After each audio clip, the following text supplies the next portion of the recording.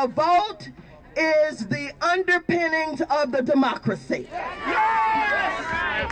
You cannot talk about democracy unless you understand that the vote is what keeps the democracy.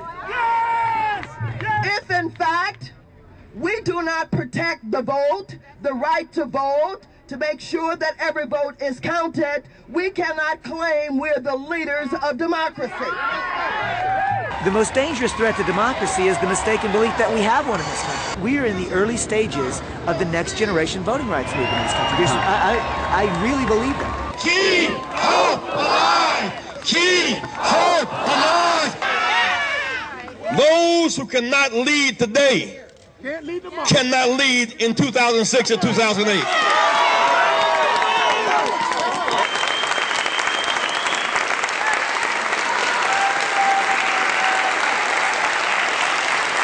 All great movements start in the Bay Area. And the whole image of, again, the teach-in movement's coming out, and we really see this as a model for the rest of the country. You seem, in many ways, not to have been caught up in the political socialization that assumes that the son of a CIA director and people close to him who have been overthrowing governments and democracies throughout the third world for long periods of time would never, ever, ever think of using any dirty tactics in the United States. Before the Civil War till today, there's been this constant battle to control our voting system in ways that we hadn't thought of before. And basically, they're to control the voting system and election results through machinery, through absentee and early voting, and through restrictive registration practices. In the 1930s, most major urban areas in the United States had the lever voting machines. They were actually first introduced in 1892. So we've had machines for over 100 years. They've been part of our election process in a growing way. By the 1960s, around 1964, computerized voting machines in the form of ballot scanners were introduced. Also in 1964, exit polling was introduced at that exact same time. In the 1970s, the touchscreen DREs were introduced and the full-face push-button machines. So today, 99.4% of all Americans have their ballots processed by machines, whether they're voting absentee or using touchscreen machines or ballot scanners. Only 0.6% of Americans actually have their ballots hand-marked and hand-counted. We are really engaged in remote voting. We have literally been divided from our ballot, and the result is that our votes are up for sale. I strongly believe that fixing the voting system supersedes everything else.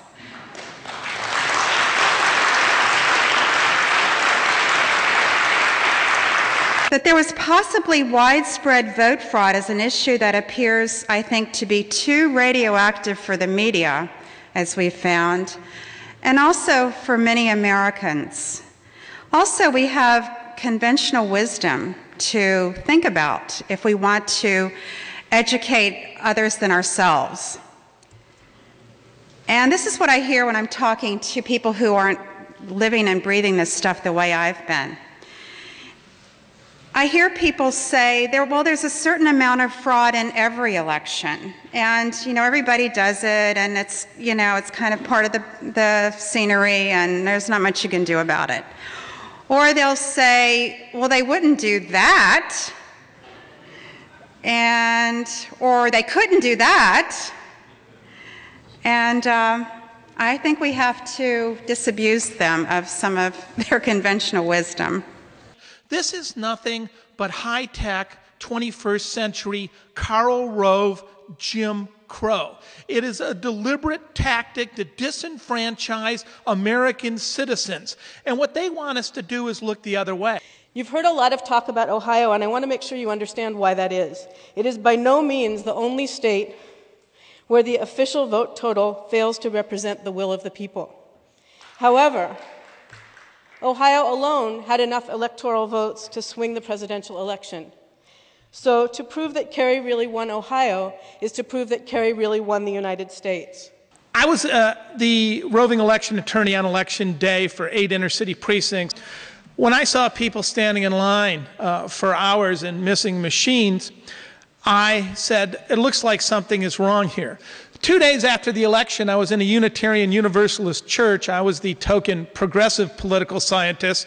There was a Republican there and a liberal and a moderate guy, and people were lamenting, and the Republican was all happy with this, what I call the cyber vote. I said, we need to get to the bottom of this. These numbers don't make any sense. So after the meeting, I was standing around, and a man came up to me, and I was once asked by a documentary filmmaker, who was this guy? I don't know his name, although I do remember he did look a little like Eugene V. Debs. So I like to think it may have been the ghost of Debs. But this guy comes up to me and goes, look, you're an attorney.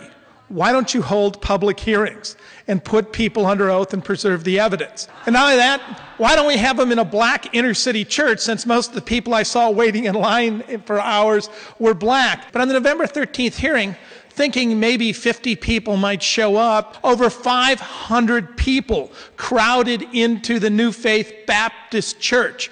We took 2 extra hours, 6 hours of testimony, 99 sworn statements, over 200 sworn affidavits, and we had another hearing 2 days later. 250 people, standing room only at the county. Then we had hearings in Cincinnati. Then we had hearings in Cleveland. Then we had hearings in Toledo. Then we had hearings in Mahoning County, in Warren.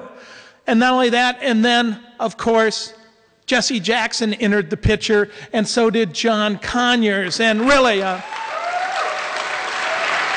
when nobody else would take us seriously, it was the Reverend Jackson and Representative John Conyers who said, we've been reading your stuff. It does look like there's massive irregularities. So it was only after we did what lawyers call due diligence and had 600 affidavits sworn under oath, the greatest amount of sworn statement probably in the history of Ohio. No one has ever gone out and taken so many sworn affidavits under oath. But what I said on election day that was attacked as conspiracy theorists is now admitted to by the Washington Post and the New York Times.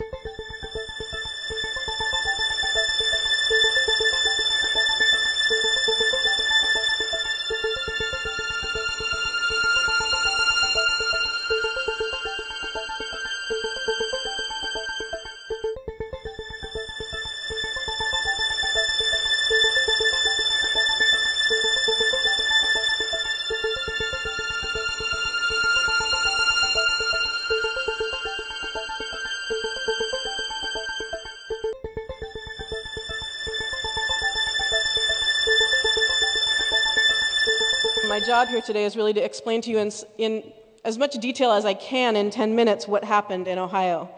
It's complicated because the strategy was to do a lot of different things, sort of here a vote, there a vote, everywhere a vote, vote. It was a clever strategy, particularly because the constitutionally mandated dates for election certification and inauguration limited the time that was available to us and other investigators to uncover the fraud.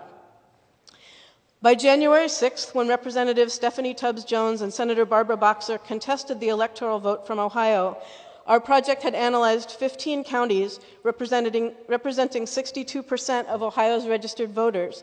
And it was clear, but not yet broadly accepted, that Kerry would have won a fair election in Ohio.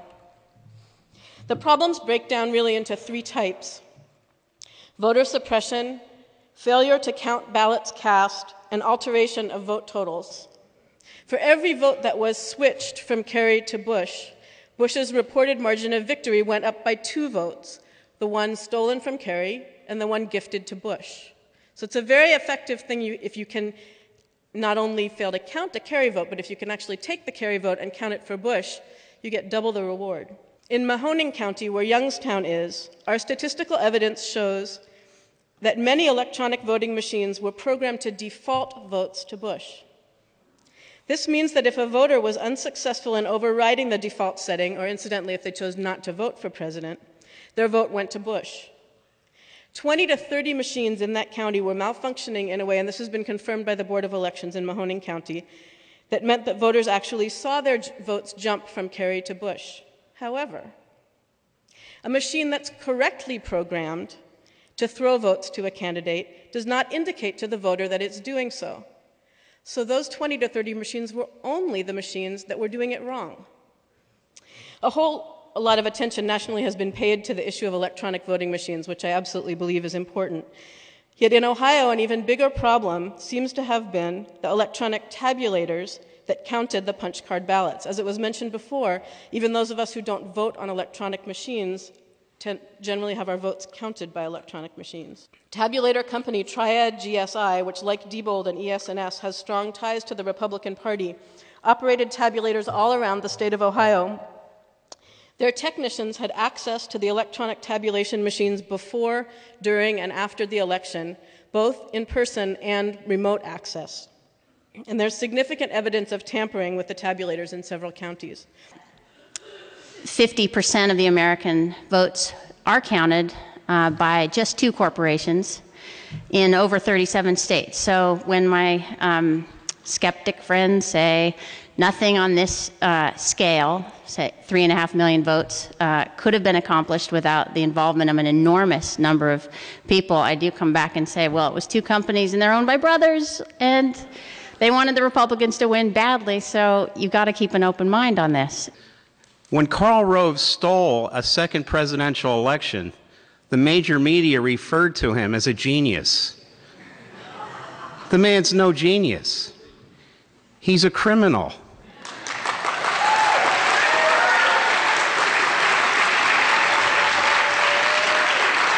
And if Karl Rove did in business as he did in the election, there would be several counts brought against him for violating the federal RICO statutes, Racketeer Influence and Corrupt Organizations Act.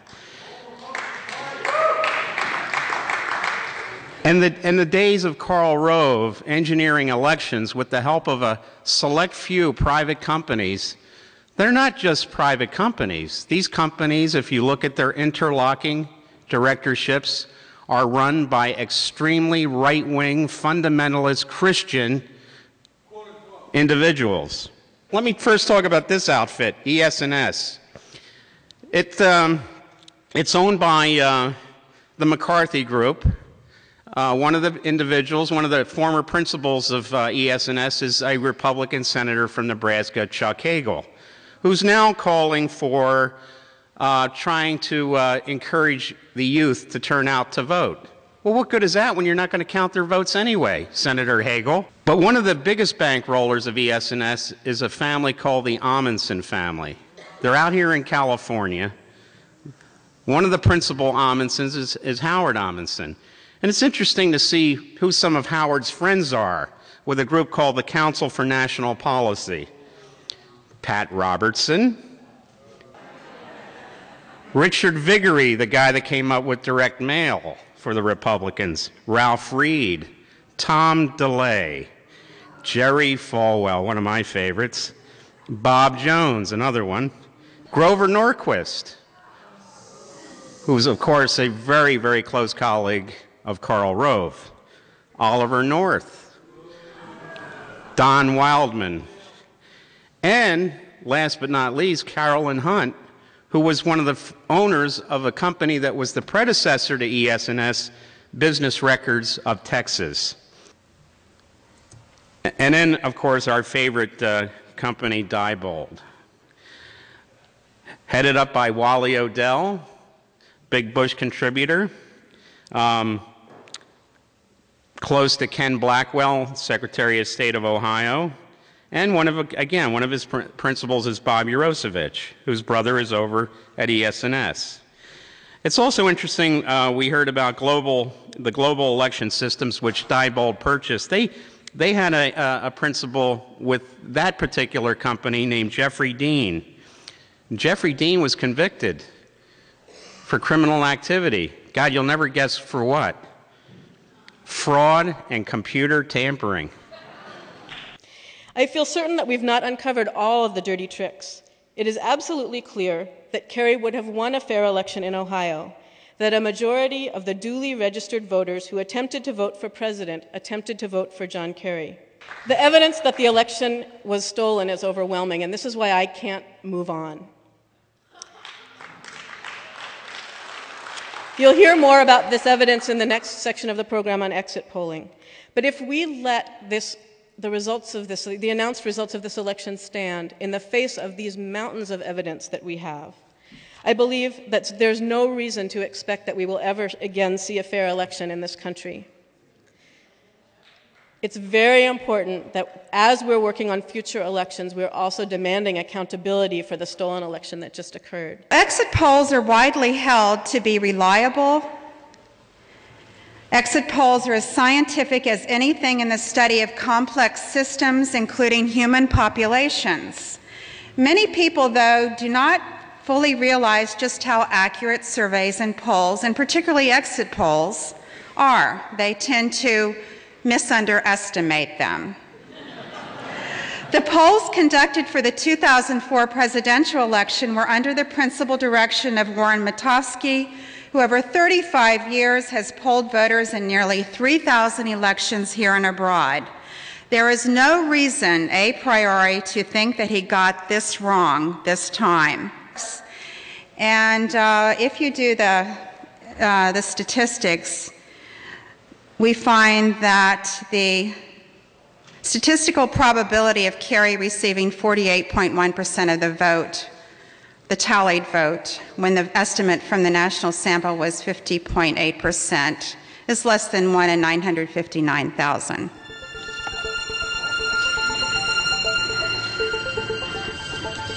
What we saw in 2004 was a very dramatic discrepancy between the exit polls and the vote counts. And if the exit polls were accurate, what we had was not only a comfortable electoral vote victory for Kerry, but also a popular vote victory, national popular vote victory. This is something that is way off the charts as far as the mainstream media is concerned, as far as what most people have heard. But here it is. This is a distribution curve. So if these exit polls were correct, you had a shifting of 6 to 9 million votes nationwide, including Ohio, New Mexico, Iowa, Florida, all those states. So there's a lot going on if the exit polls are correct. So you have three possible explanations for the exit poll discrepancy. One is chance, the inherent statistical limitations of any sample, any attempt to sample. Two is systemic bias in the polls, some sort of bias that's introduced into the polls. And three is an inaccurate vote count. Okay, so where does that leave us? If we can rule out systematic bias in the exit polls and random error, then something was awry with the vote tallies. That's League of Women Voters' very polite way of shouting vote fraud. So this is how I now think about last November's election, and believe me, I've thought about it a lot. We've heard a great deal about vote suppression, which affected the intended vote.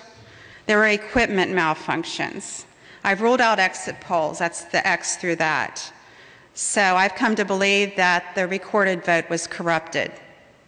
Having raised legitimate concerns about the accuracy of the New Mexico election and having fulfilled requirements for requesting the recount, the Greens and Libertarians were met with fierce resistance from the Democratic governor, the Secretary of State, and state courts. I must point out there wasn't a Republican in sight in New Mexico.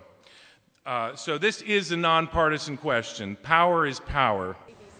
Why, after 40 years of the Voting Rights Act, are we still facing such a situation of voting suppression, voting fraud, and the tainting of now 2 consecutive presidential elections? Why now is the black vote being targeted for suppression in ways that were seen in the 100 years since the passage of the 13th, 14th, and 15th Amendment, those 100 years that passed between 1865 and the passage of the Voting Rights Act in 1965? And I think the simple answer to that is the opponents to democracy, the opponents of civil rights, the opponents of black enfranchisement and black empowerment have never given up. They've never given up in ways that the supporters of civil rights have given up. So now what we have a situation is that the poll taxes, the attack dogs, and the fire hoses have been replaced by voting machines, provisional ballot rulings, rulings on felons' right to vote. And we have a situation where states, secretaries of states, from Kathleen Harris to Blackwell, can now have a major effect on our federal elections. So we have 13,000 separate and unequal voting systems in America today. So fundamental to electoral reform, fundamental to black empowerment and the new black civil rights and voting rights movement must be a challenge to the states' rights system that still is in place in America. In the 2004 election, and probably every election since I cannot remember, the Democrats have written off the entire South as part of their voting strategy. And when you write off the entire South as part of a voting strategy where at this time some 55% of African Americans still reside, and that percentage is growing over the years, you give credence to the Republican rhetoric that Democrats are taking African Americans for granted. You cannot have a progressive movement, you cannot enact electoral reform, you cannot win elections when you write off the South and give up your base among African American voters. We need to make our new voter rights movement one that is inclusive. We have to recognize that those who have been the most victimized by this voting system are the African Americans who get the worst machines and the longest lines, are the Native Americans who have been harassed on the reservations, are the new immigrants who have not had compliance with bilingual ballot mandates, and are the young people like in Kenyon College who had to stand 8 hours online, young people who can't get their registration where they are going to school because they are registered somewhere else. We have to incorporate people of color and young people into our movement to make it strong, to make it vibrant. True, this election was stolen. There's no doubt about that in my mind. The Republicans stole the election and they stole the previous one. But in that having been said, there are things that we can do to ensure that we maximize the vote that we have. What I want us to do very clearly, and this is my one point here today, is to organize in Alameda County and to develop the process, a model for organizing registration and polling place controls throughout the state. And if that becomes something that's effective on the national level, it would make a big difference. At the citywide level, there is so much we can do. It got hidden in the ruckus of the presidential election, but in this last election in San Francisco, we did do something historic, and that is use instant runoff voting in our election. Let's see that move city to city to city. There's other things that we need to look beyond in terms of election reform. Same-day registration, which we flirted with in this state, outlawing people like Kurt Pringle, who you may remember from the Assembly. He's now the mayor of Anaheim. This is the guy who hired security guards to stand outside polling places in Orange County to intimidate Latino voters. He spent $400,000 on security guards. Our side can rarely put together 50 grand to run voter registration and mobilization. So we need to outlaw people like Kurt Pringle. And finally, we need to look at public financing, because there's no way that we can compete on this playing field when they can outspend us the way that they did. Now,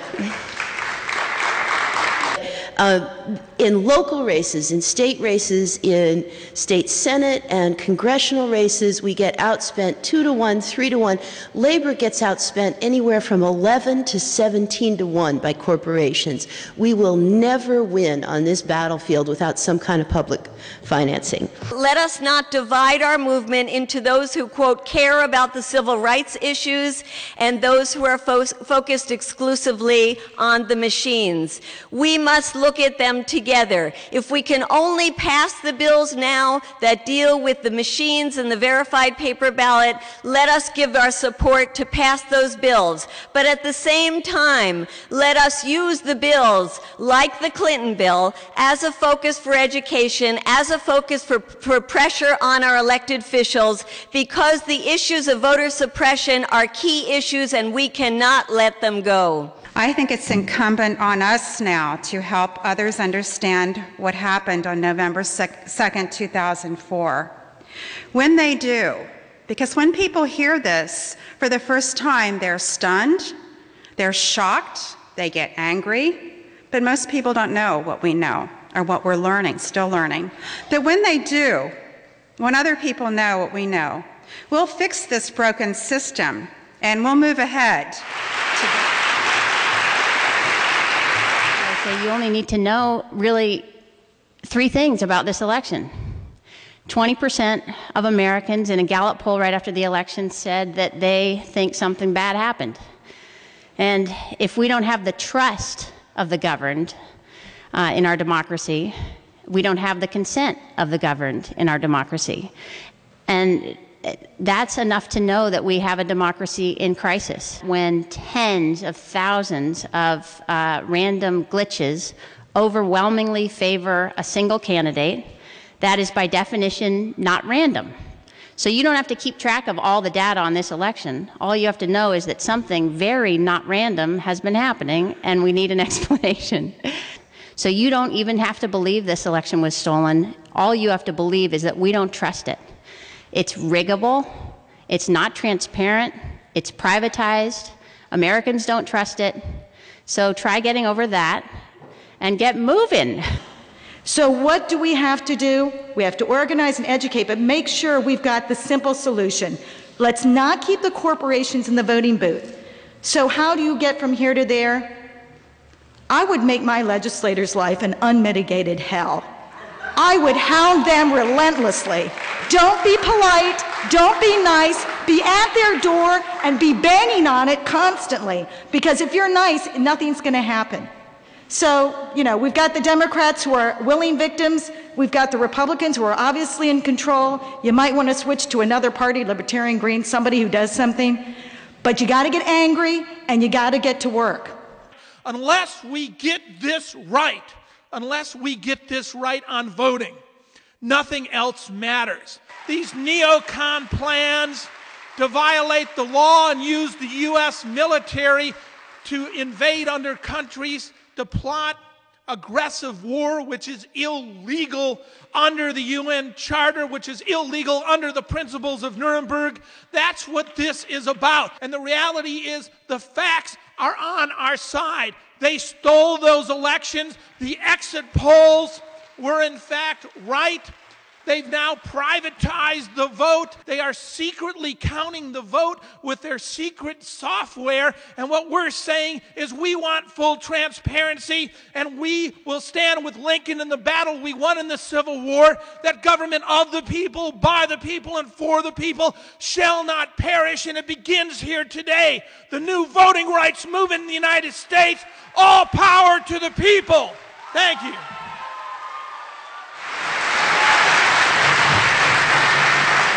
The right to vote. We marched too much. We bled too profusely.